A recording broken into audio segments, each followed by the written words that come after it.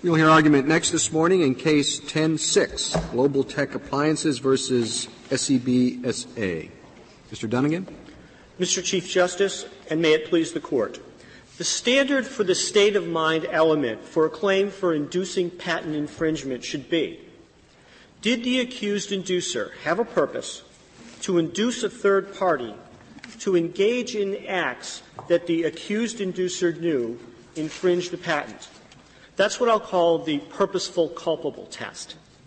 The Federal Circuit applied a standard of whether Pentalpha was deliberately indifferent to a known risk that a patent may exist.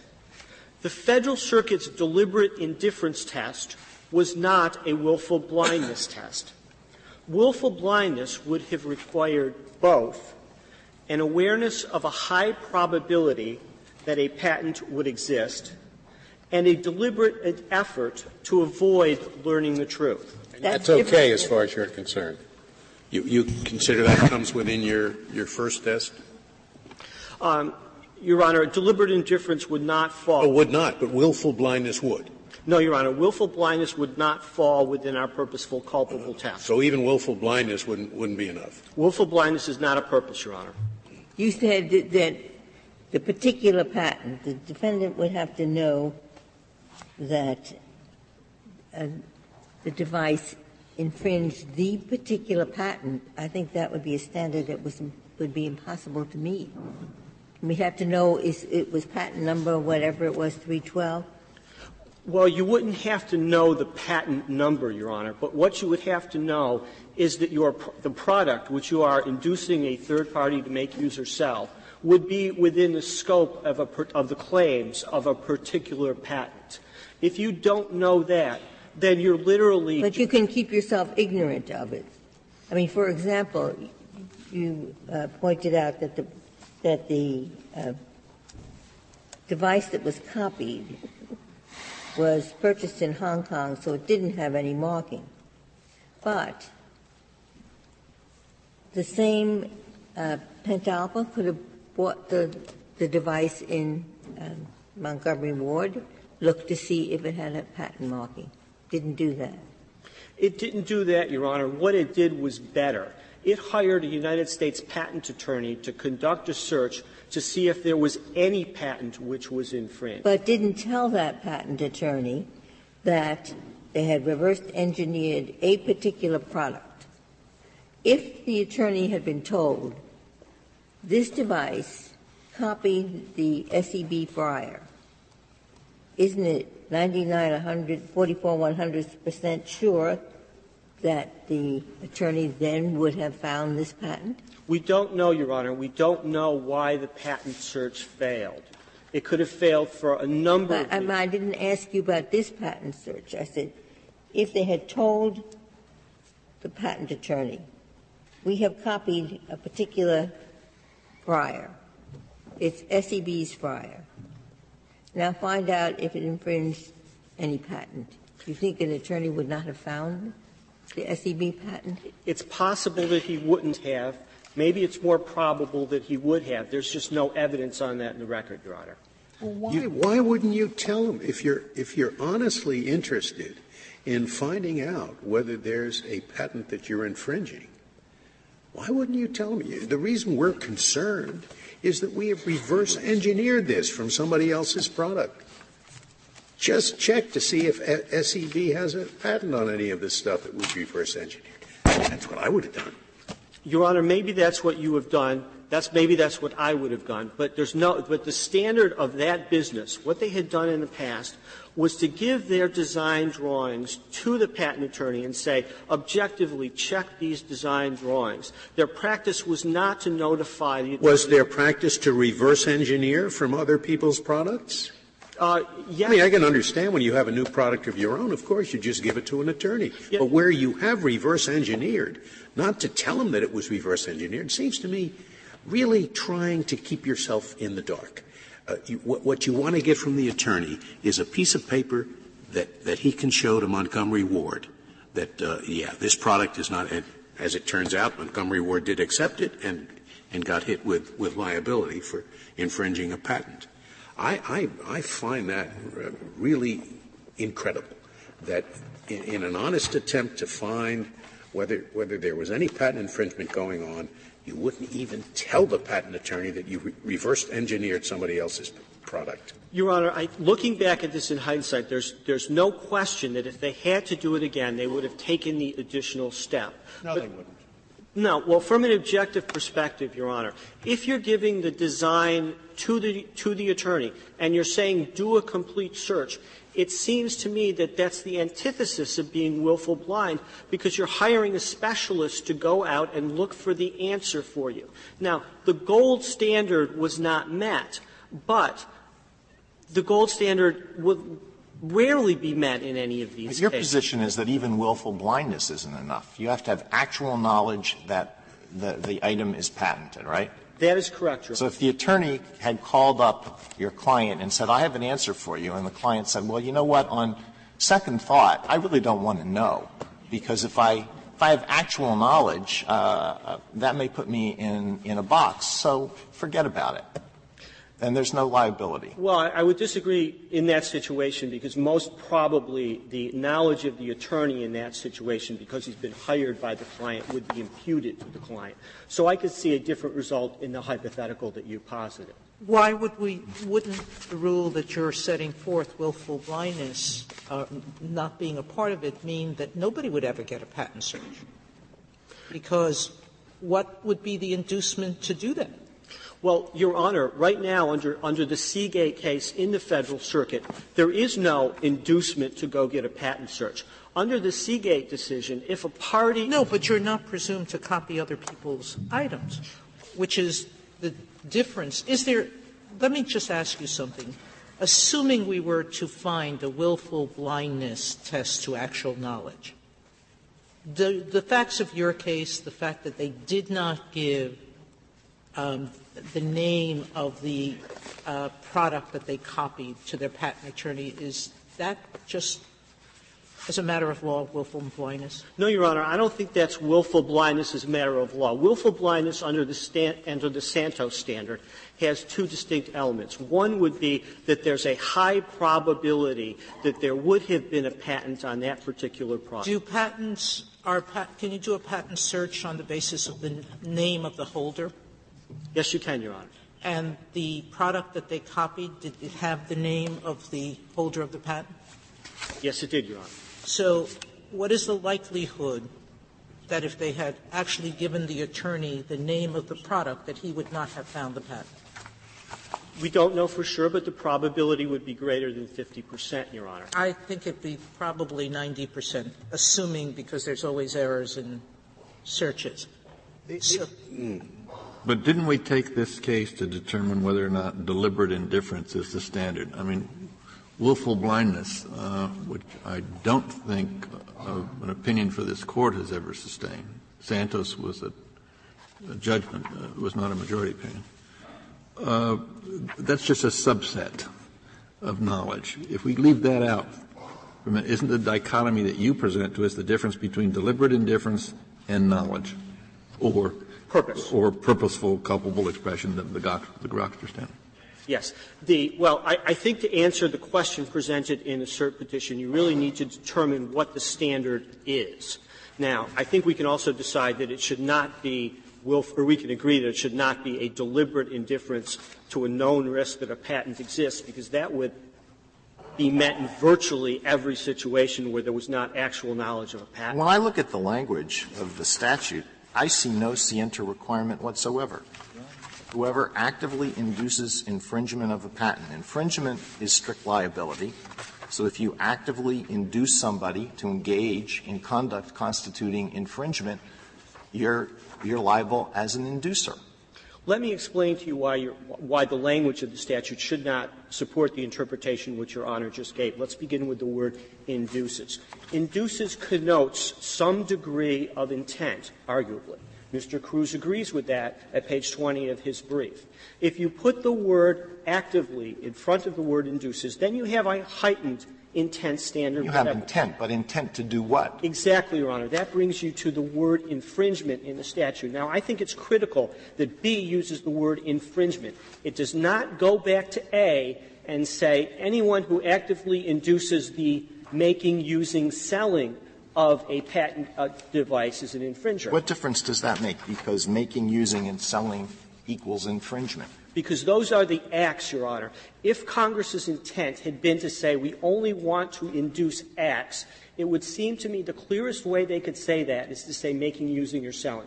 If they wanted to create a standard which was inducing the actual infringement of a patent as opposed to the acts which constitute the infringement, then they use the word infringement. Well, I don't see that. And not only that, I don't understand why the scienter requirement for inducing should be higher than the scienter requirement for a direct infringement. Isn't the standard rule for aiding and abetting that the aider and abetter, if B is an aiding and abetting provision, as one of the congressional reports said, that the scienter for aiding and abetting is the scienter of the underlying offense. So if the underlying offense is a strict liability offense, then the inducement should be a strict liability as well.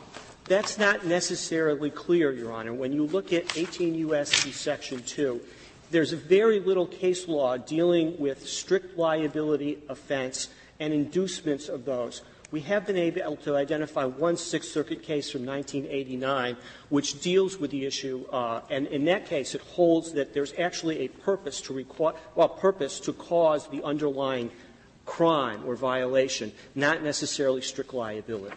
Not strict liability. I'm sorry. No, please, Your Honor. Is your position when whether you're talking about willful blindness or purpose or whatever, is that with respect to a particular patent or is it with respect to infringement of a patent?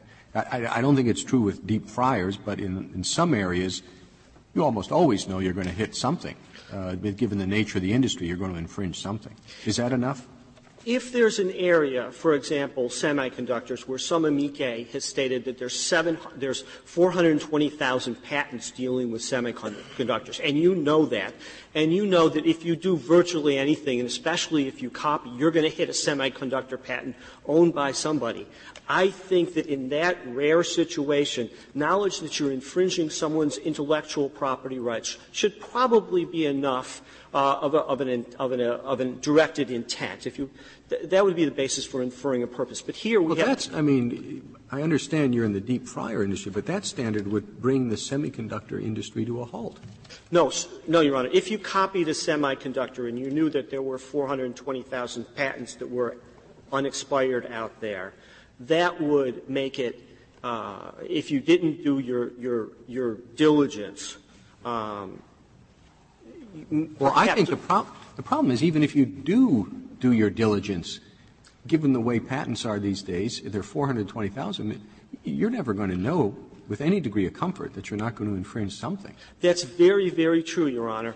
And even in the deep fryer industry, it's going to be different because there's very few, compared to semiconductors. We're not going to adopt a special rule for the deep fryer industry. Agreed. There's agreed. Patent rule. Completely agreed. But we might decide that it's more important to consider what's going to happen to the semiconductor industry in articulating our standard than what's going to happen to the deep fryer industry. That's exactly correct, Your Honor. That's exactly correct. And on balance, I think there's one point that I should make sooner rather than later, and that it's the standard that we're proposing is not unique to us. It's the standard that Grokster developed. And with respect to willful blindness, we believe that the standard, the balance was already struck, and it was struck in favor of eliminating a willful blindness standard. I'd like to read Mr. Dunnigan, suppose I disagree with you on that, and suppose I think that actual knowledge of a patent or willful blindness as to whether a patent exists is the right standard. Could a reasonable jury have found that in this case? We don't think that a reasonable jury could have found willful blindness because, first of all, there wasn't the high probability that a patent would be found. Second, we don't think that there was active. A reasonable jury couldn't have looked at the facts that Justice Ginsburg suggested. You don't tell the lawyer that you in fact have copied the product and say that's a reasonable jury, that's willful blindness. I don't think so, Your Honor, because what we had done in that situation was, first, we have done more than the law required. We went out to get a patent. We gave the lawyer our actual patent drawings and tell him to do his work. But if you really wanted to know, wouldn't you have gone into Montgomery Ward and bought one of the friars and turned it around to see if it had a patent number on it? Your Honor, we have so many products that you couldn't practically expect the company to do that, I don't think. Well, listen, the reason you got the opinion from the lawyer was not to make sure that there were no patents. It was to show that opinion to Montgomery Ward. But as a practical matter, you needed an opinion from a lawyer, because otherwise Montgomery Ward was not going to sell this stuff. Your Honor, I take issue with you for the following reason. I don't think there was any intention on the part of our client to infringe a patent at all, because if it knew about the patent, it could have designed around it if it knew what it was doing. There's no benefit to our client of getting Montgomery Ward or Sunbeam or Fingerhut in trouble for patenting infringement. We really want to know what patents are out there. Isn't it true that Sunbeam was the party that asked for the patent search? I don't believe that's in the record, Your Honor. I believe the record shows that Sunbeam was given a copy of the patent search, but Mr. Sham testified, and I believe this is about at page 50 of the joint appendix, that the purpose of the search was to find out whether or not there was an infringement of any patent through this deep fryer. And there's nothing in the record that says who asked Pentalpha Not that I'm aware of, Your Honor. to get a letter?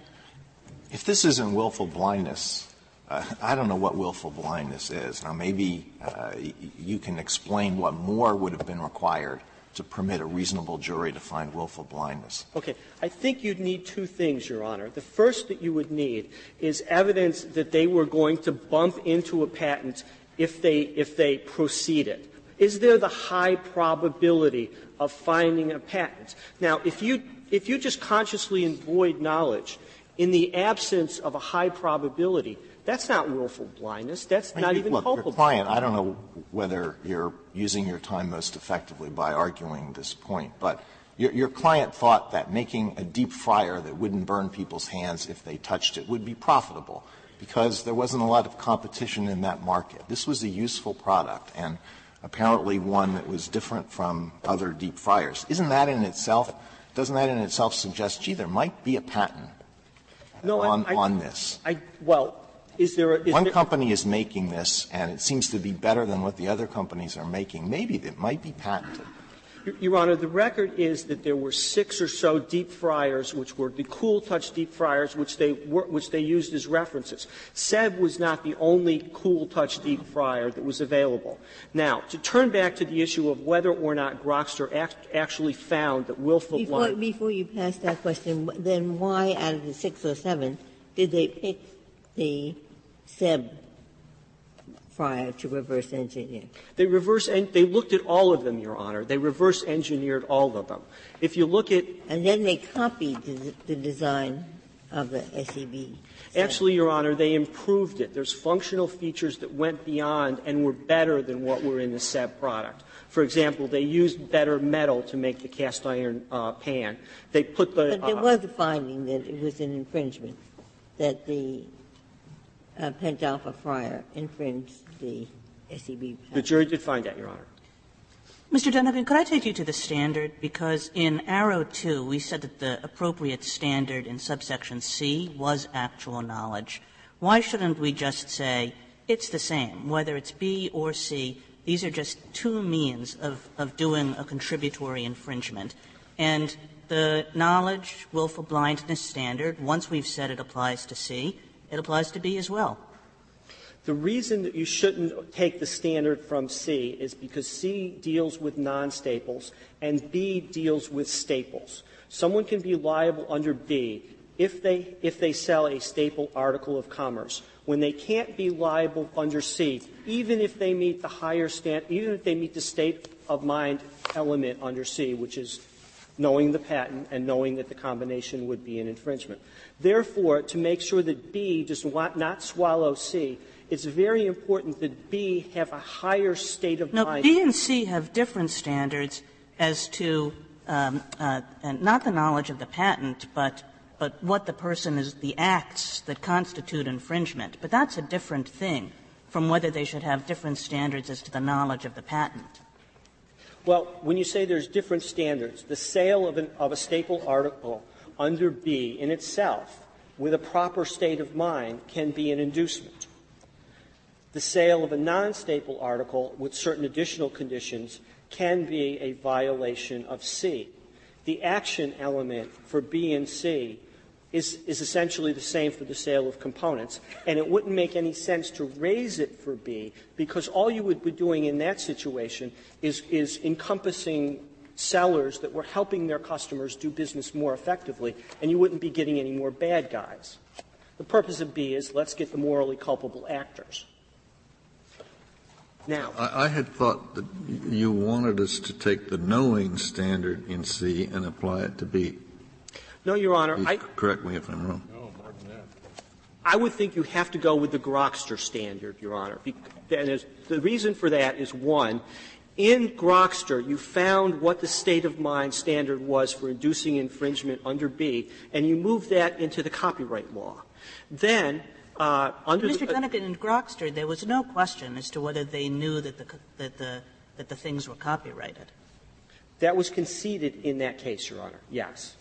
So why is Grokster relevant here? They conceded the very thing that we're arguing over. Well, it's relevant because it deals with the standard, what is the state of mind element for inducing copyright infringement. And you say it's purposeful and culpable. Conduct. Yes. And why is that? How is that different from knowing? My impression was the same as Justice Kennedy's. I thought you wanted the knowing standard. No, well, the way I understand knowing, Your Honor, is that in Sony, for example, there was no liability, even though Sony knew that some people were going to use the VCR to infringe copyrighted works. That was collateral damage, even though they knew it. It wasn't the basis for liability. In Grokster, the basis for liability was, even though the defendant knew that there were going to be some infringements, it couldn't be liable for contributory copyright infringement, the equivalent of 271C, because there were substantial non-infringing uses for the Grokster software.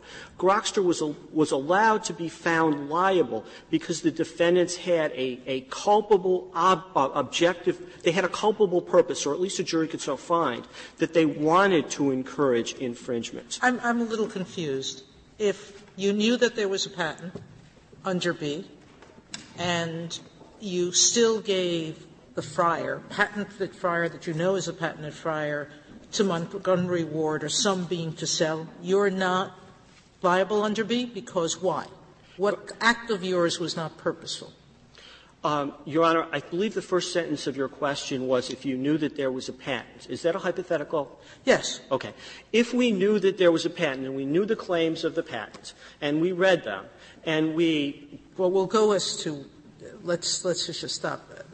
Justice Kennedy and I believe the Chief have asked you, isn't your entire argument that we should move the knowing knowledge of C into B?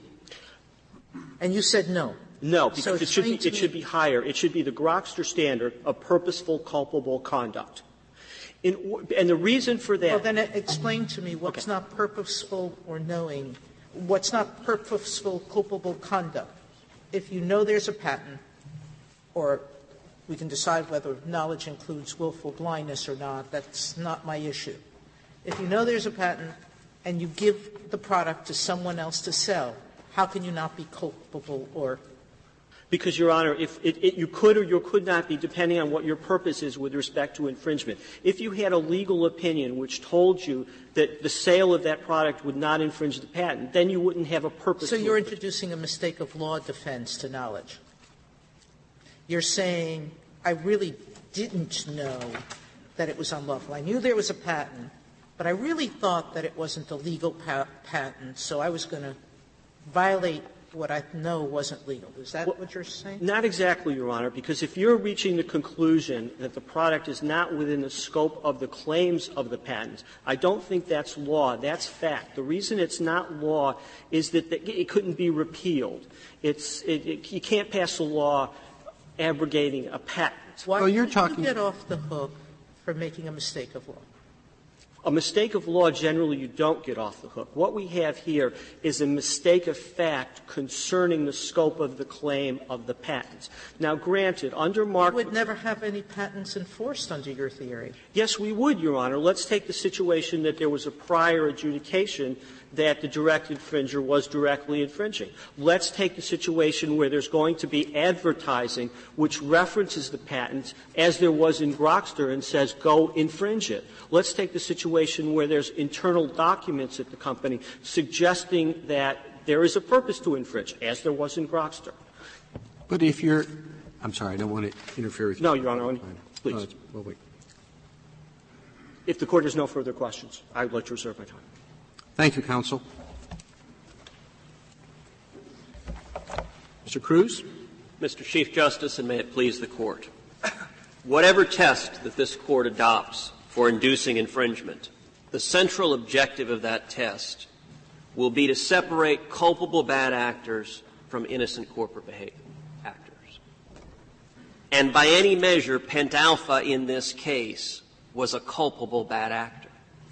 In fact, we've got really extraordinary testimony in this case. So would you have any objection to an actual knowledge willful blindness standard? That would be all right with you?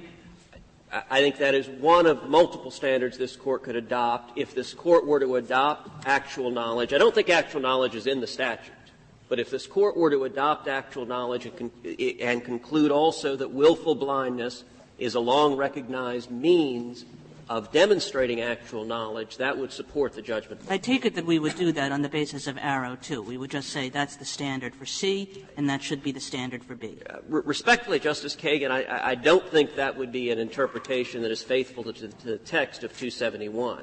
That there is an enormous difference between 271C and 271B. 271C includes the word knowing. 271B does not include the word knowing. And your question assumes essentially... Well, 271C includes the word knowing.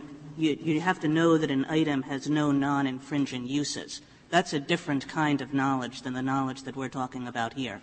Respectfully, in Arrow 2, what the Court did, and it was, as you know, a splintered majority in Arrow 2 where the dissenters flipped back and forth, but with the particular paragraph that addressed the holding on what had to be demonstrated, the Court concluded that that word knowing effectively modified both the knowledge that the non-staple article had no non-infringing use and that it would cause the infringement. That's how the Court read knowing as modifying everything that follows it in 271. And that it would cause the infringement, but not necessarily that there was a patent, not necessarily the legal effect, as opposed to the act. Well, that's necessarily part of what the Court held in 271C. And I would agree this would be a very, very different case if 271B had the word knowing. I mean, Arrow in many ways was a much easier case. If the question is, do you have to demonstrate that something's knowing, and the statute says it must be knowing, why do you say I'm not certain that willful blindness would support the conclusion below? The standard, the district court or the trial court said really negligence, as I read it, should have known. The circuit said deliberate disregard of a known risk. Well, how much of a risk? I mean, in the business world, there's always a risk. And when you're talking about a complicated world, there's probably quite a lot of risk. And so I think that standard would create a great deal of uncertainty. Willful blindness has a tradition. So are you okay with willful blindness? And we say we're afraid they didn't do it, i.e., we're afraid that we don't know what they really meant here, and so send it back and do it again? I'm sure you wouldn't be overjoyed, but do you think that would be a reasonable result? I think if the conclusion were send it back and do it again, I don't think that would be a reasonable result. Well, what are you supposed to say, known risk? Sure, he says he looked at 5. And he said anybody could figure this thing out. All you do is put some little gizmos between the two sides, you know, and you have an inside and an outside, and you just suspend the inside with some little bars of some kind. I don't know what, chewing gum or something. And he says anybody could figure that out. It couldn't possibly be patented. And so that's their view. Parodied.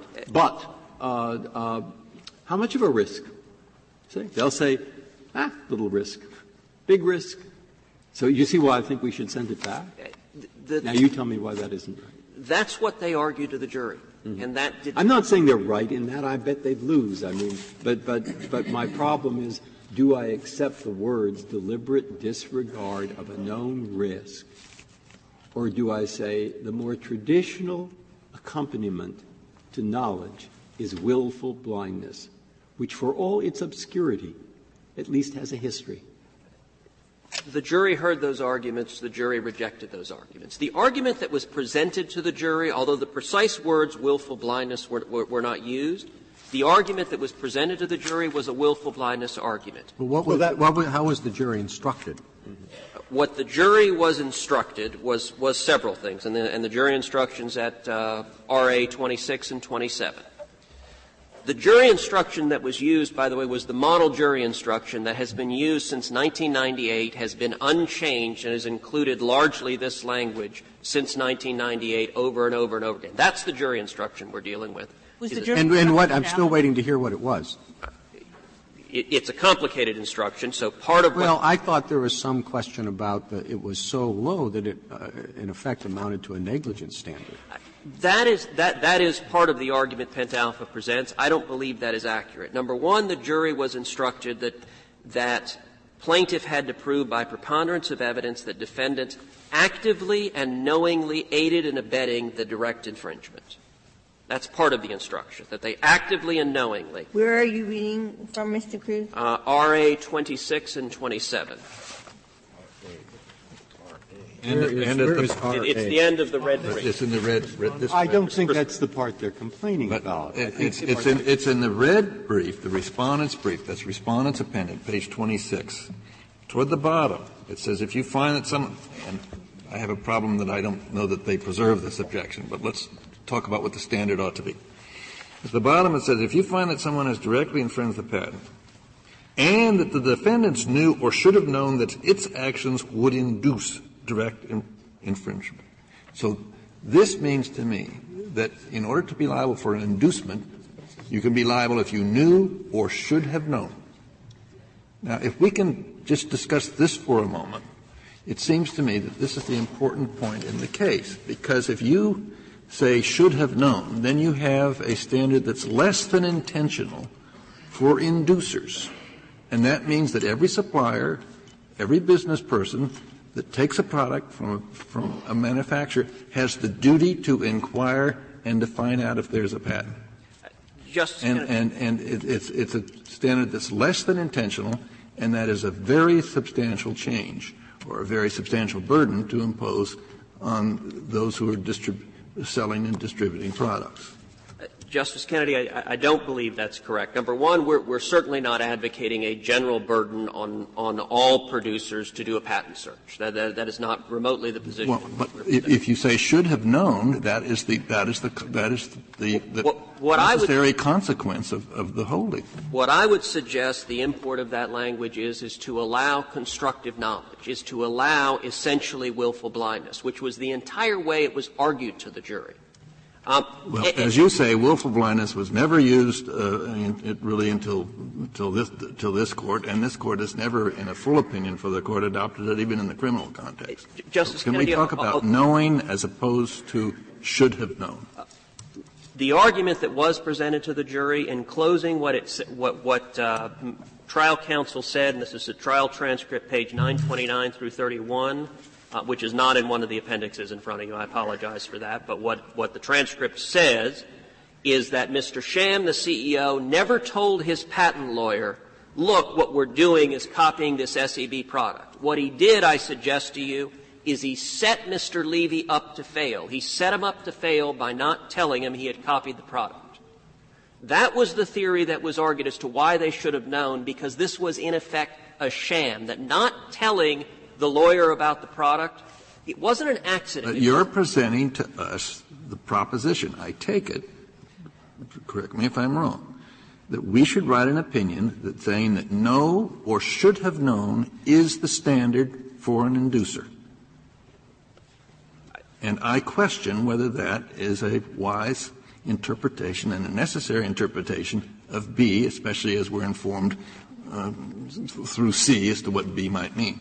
Justice Kennedy, we are not proposing that, and I would say two things. Number one, there is an entire instruction on inducement, and there is also the language I read before that is part of the jury charge on inducement, and I don't think the jury can be presumed to have only listened to one snippet of the instruction without the entire instruction. Mr. Cruz, all right. If we're arguing about whether or not you can protect your judgment based upon all that's in the record, I think you may have a strong point. But I'm interested in what the standard ought to be. I'd like you to know what a properly instructed jury should be told with reference to knowledge or something less than knowledge.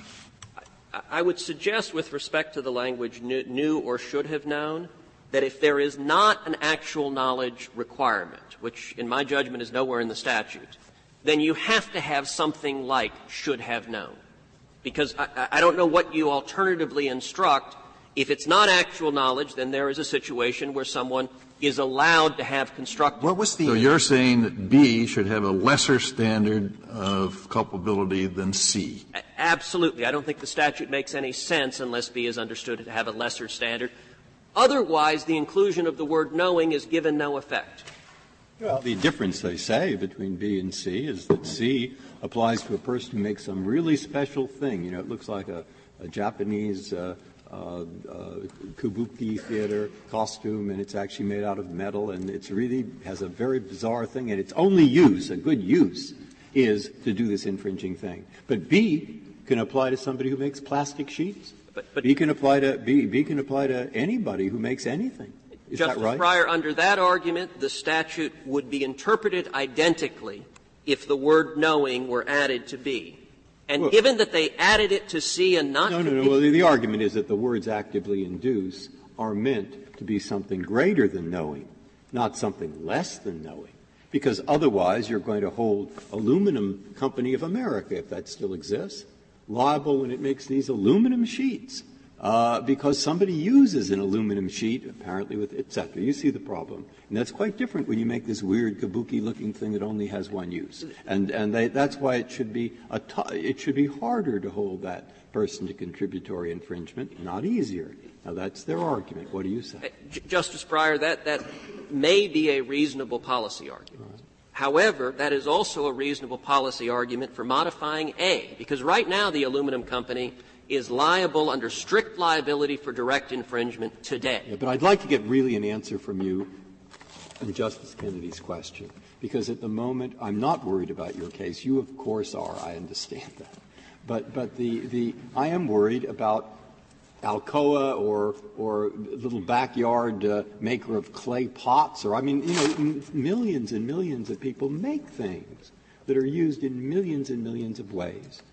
And I'm worried about what kind of burden we're supposed to impose on them. I see three candidates. One is you're liable if you should have known.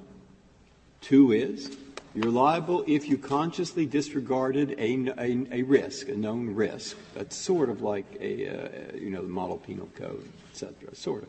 And third is willful blindness. Is there a fourth?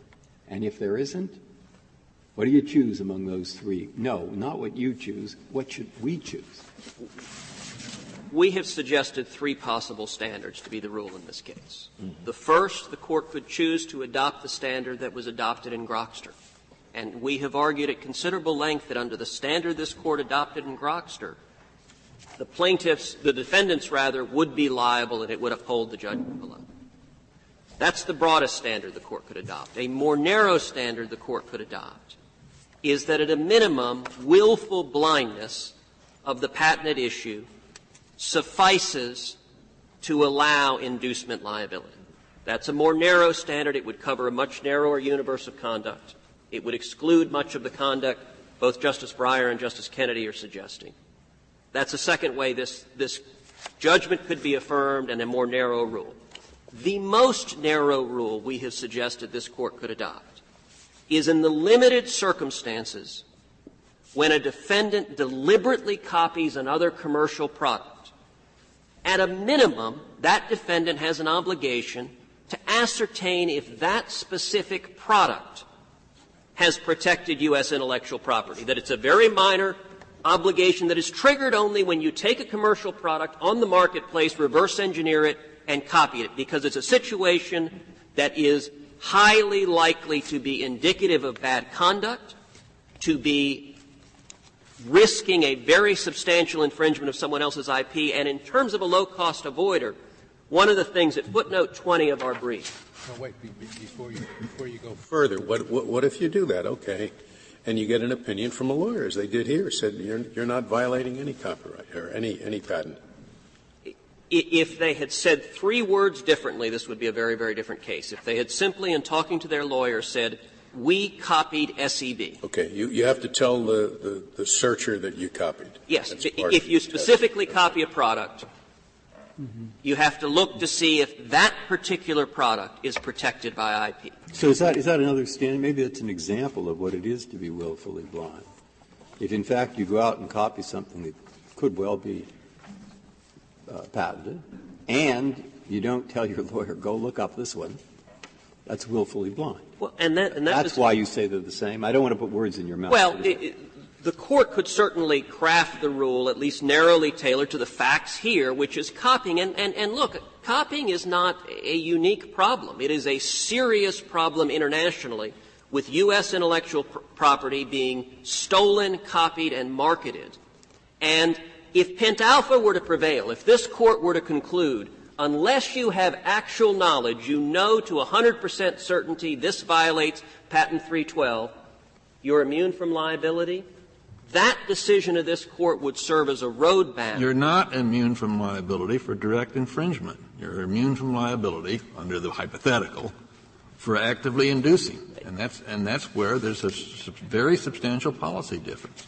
But, Justice Kennedy, the reason in this case why we brought a cause of action for both direct infringement and active inducing is because the argument of Pentalpha was their conduct was all overseas, and so they weren't covered by 271A. The entire reason for the inducing strategy is they may well prevail in another case on saying, we stole your property overseas, so you can't get us for direct infringement. And in that instance, inducing is the only way to get the actual mastermind. I mean, that was one of the phrases Giles Rich used in defense of 271. So are you saying that the standard of knowledge should be the same for direct infringement as for active inducement?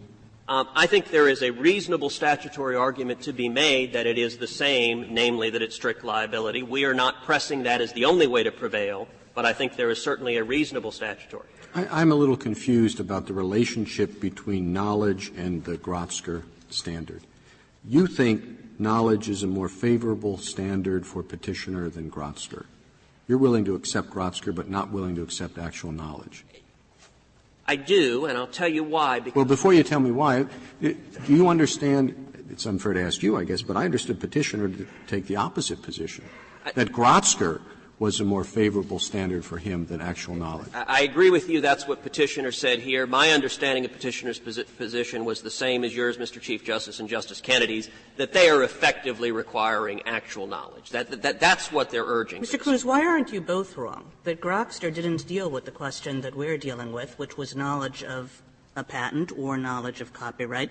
That Grotsker dealt with whether there was specific intent or whether there needed to be specific intent to encourage infringing acts. That's what Grotsker was about, an entirely separate question. Let me answer both your question, Justice Kagan, and the Chief Justice's question together. Grotsker used language about purposeful culpable conduct, but it went further. It specified how you ascertain whether that standard is met. And it said, as shown by other affirmative acts to encourage inducement. Now, in Grotsker, part of the argument Grotsker made was, we don't know what copyrights are going to be violated. We don't know what's going to be. They made the same argument Pentalpha's making. We have no idea of any specific copyright that will ever be infringed. They argued, we don't have actual knowledge of the specific copyrights. And this Court said, that doesn't matter. Well, one of the briefs, one of the amicus briefs in this case points out that that argument is a lot less plausible in copyright than it is in patents. It's very easy to find out whether you're infringing a copyright.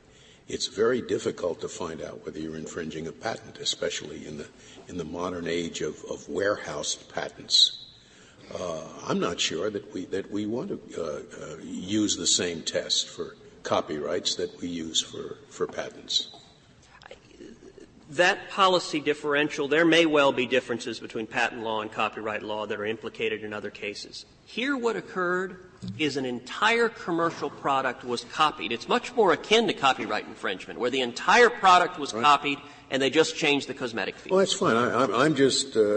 I'm just expressing reservations about your suggestion that we simply take Grokster wholesale and apply it to this situation. Let me be clear, Justice Scalia. I am not advocating this Court do so. What I am saying is if this Court were to apply the Grokster test, we believe we prevail under it. And in fact, any comparison of Grokster to Pentalpha, Pentalpha is clearly the more culpable actor. In Grokster, the individuals violating the copyrights were the ones who made the choice to directly and deliberately violate the copyrights, and Grokster simply provided the tool to do so. Here, the only bad actor was Pentalpha. Sunbeam, Montgomery Ward, they had no idea of the infringement. Pentalpha was the mastermind behind the entire patent violation, and it, in fact, because of its actions procuring a right-to-use opinion by keeping the relevant information from its patent lawyer, it lured, it induced Sunbeam and Montgomery Ward and Fingerhut into committing the bad acts. Would you say, even though I think you disagree with this in this case, but would you say that there is a reasonable argument in our precedent for saying that the standard of knowledge under B should be greater than reckless disregard? I do not believe there is in the precedent. For one thing, reckless disregard is the standard now. Willfulness and recklessness are the standard right now for enhanced damages and attorney's fees. And if it were the case that every violation of 271B required recklessness or willfulness, it would also mean that every violation would qualify for enhanced damages or attorney's fees. I don't think that's consistent with the statutory standard. That's not the language Congress adopted. All right. Would you say that there is substantial authority for the proposition that it should the state of mind should be greater than should have known? I do not believe there is. Particularly how should have known was used in this case. The way the jury was instructed, I would suggest it was effectively a constructive knowledge instruction. If you look at we're dealing with a Federal Circuit decision. We're reviewing that decision. The Federal Circuit had a formula. It said standard is deliberate disregard of a known risk. One thing we must surely do is to say whether that standard is right or wrong. So the Federal Circuit, whatever the jury found, Federal Circuit said the law is that you are liable under 271B if you deliberately disregard a known risk. Is that standard the right one? I agree the Federal Circuit had that language. And I would not suggest that standard was the wrong standard. But what I would say what the Federal Circuit in fact did is it applied willful blindness. If you look at the cases it cited, if you look at how it in fact interpreted it, although it used the deliberate indifference language, which I will concede was somewhat confusing in its reasoning, if you look at it, it framed it as whether Pentalpha had constructive knowledge of the patent. And it then cited willful blindness cases from other circuits that focused it on actively disregarding a known risk and deliberate avoidance and consciously avoided knowledge. All of that is willful blindness. No? Mr. Cruz, well, we are certainly interested in what the standard should be. But in terms of the disposition of this case, maybe you can help me with this. The instruction to which there was an objection on 124A to wherever it is in the joint appendix was the knew or should have known, right? Correct. And the objection that I see was that the words or should have known that their actions, this is 135A of the joint appendix, should have been stricken. So am I right that the only issue that is preserved is the question whether actual knowledge was required? Because that was the only that was the error, the alleged error that was identified. by Mr. Dunnigan. I agree with So if he's wrong on that, then the judgment should be affirmed. I agree with that entirely, and indeed we have suggested the central issue, the question before this Court is there a requirement of actual knowledge of the specific patent?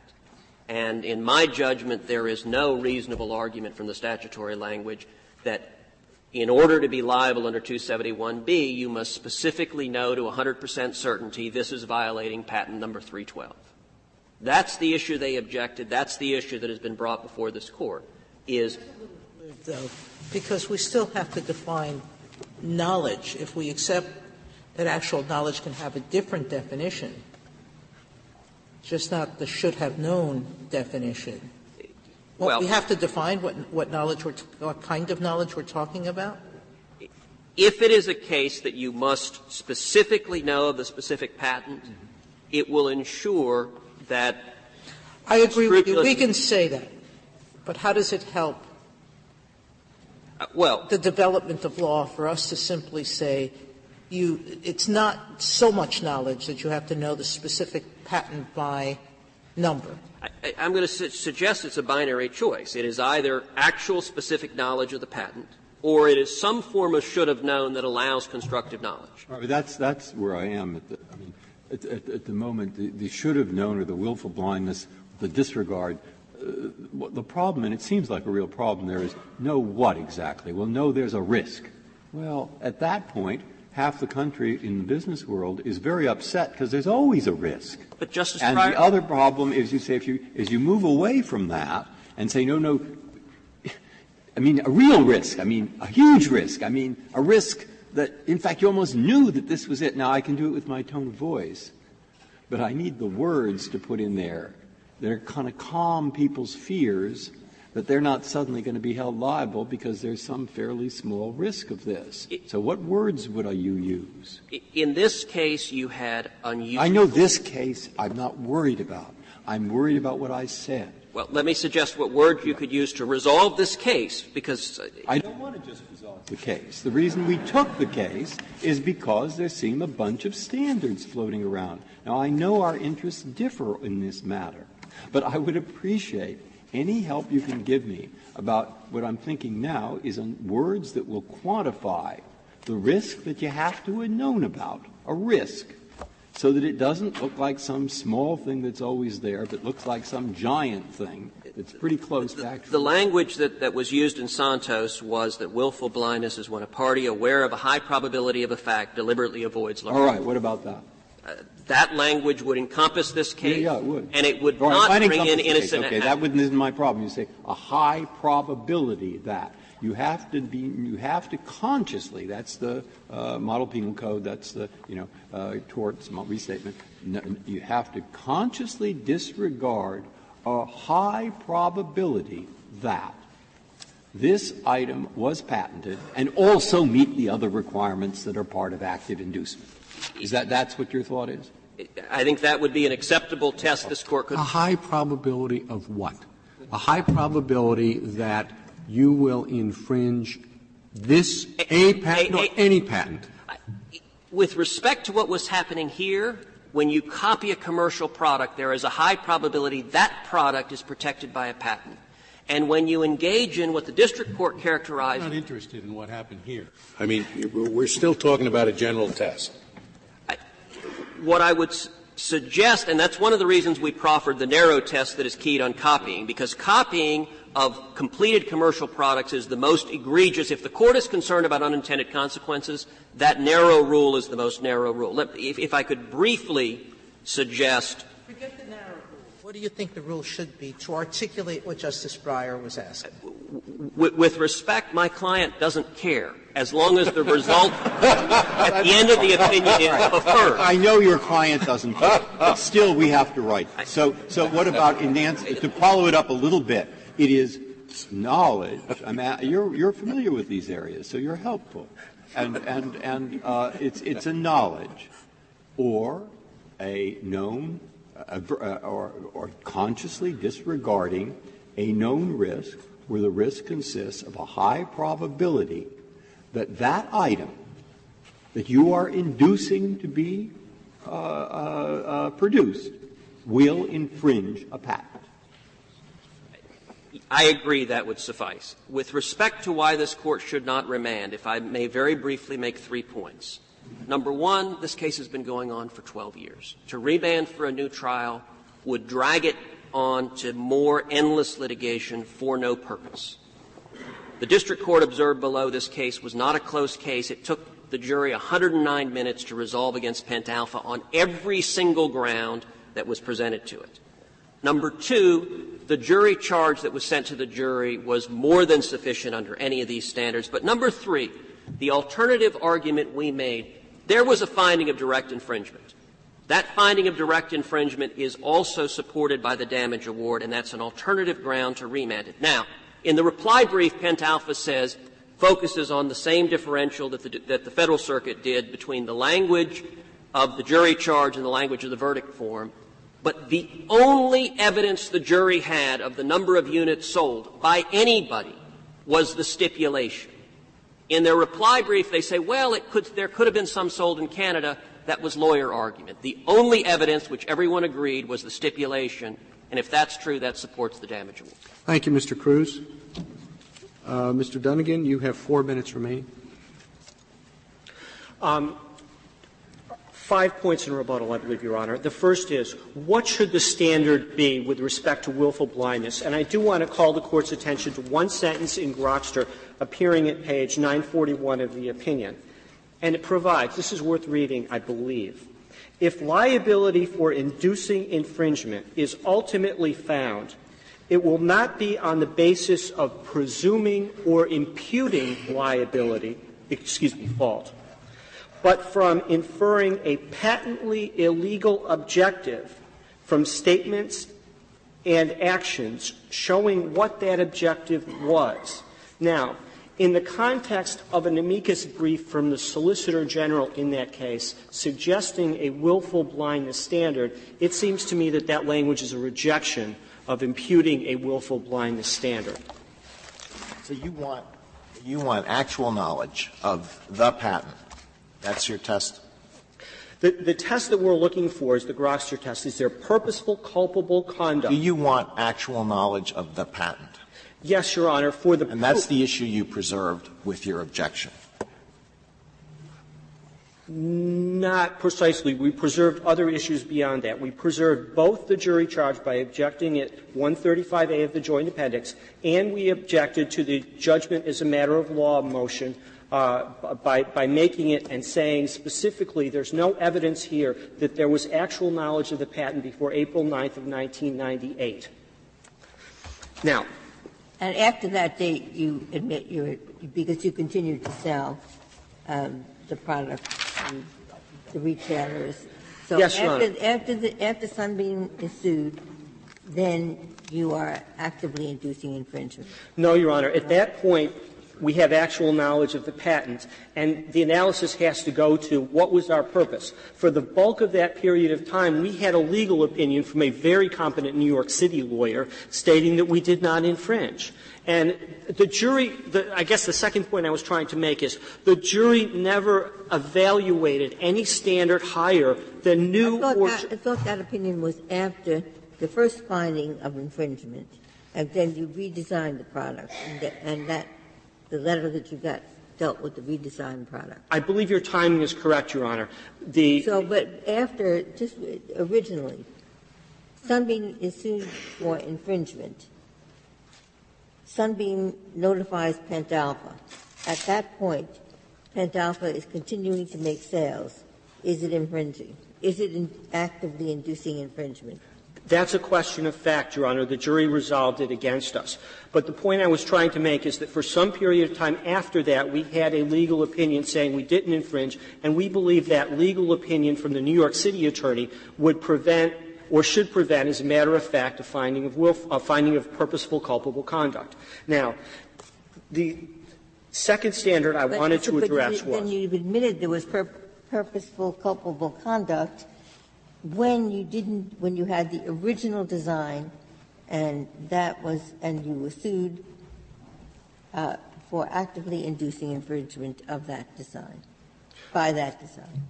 No, Your Honor. We would never concede that we were purposely. But you think a jury could have found that from the facts? Yes. We're not seeking judgment as a matter of law for any claims that arose after April 9th of 1998 when we had actual knowledge of the patent. Only before we had actual knowledge of the patent are we seeking judgment as a matter of law. Now, going to the issue of whether willful blindness could be found by the failure of someone to tell the patent attorney that there was a copy. I'm sorry. Why are you doing that? I thought that you came in arguing that you have to have actual knowledge of the patent. Yes, Your Honor. By number, and that was the conversation we had earlier, and that the patent covered the scope of your invention. Yes, Your Honor. That's our primary argument. But if the Court were to adopt willful blindness as being enough, then I would question whether or not simply not telling the patent attorney what references were used or even which ones were copied would be enough. Because in that situation, the company has taken an effort to find out what the truth is, and it simply failed to meet the gold standard in meeting that obligation. Thank you, counsel. The case is submitted.